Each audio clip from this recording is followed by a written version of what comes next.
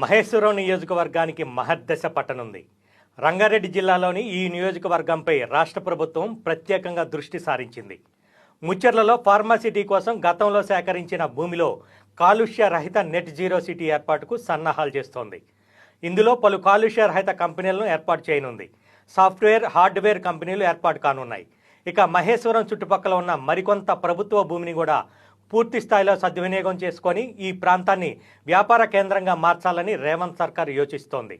తాజాగా అసెంబ్లీలో CM Revanth Reddy pharma city ప్రస్తావన చేశారు. తాము ఫార్మాసిటీ అనకుండా pharma villages అంటున్నామన్నారు.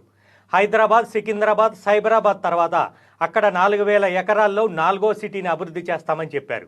Skill university, sports university, health tourism హబ్ను ఏర్పాటు చేస్తున్నామని తెలిపారు. ప్రపంచ స్థాయి వైద్యాన్ని అందుబాటులోకి తెస్తామని వెల్లడించారు. మొత్తం మీద ప్రభుత్వ ప్రత్యేక దృష్టితో మహేశ్వరం నియోజకవర్గం ఒక మహానగరంగా రూపాంతరం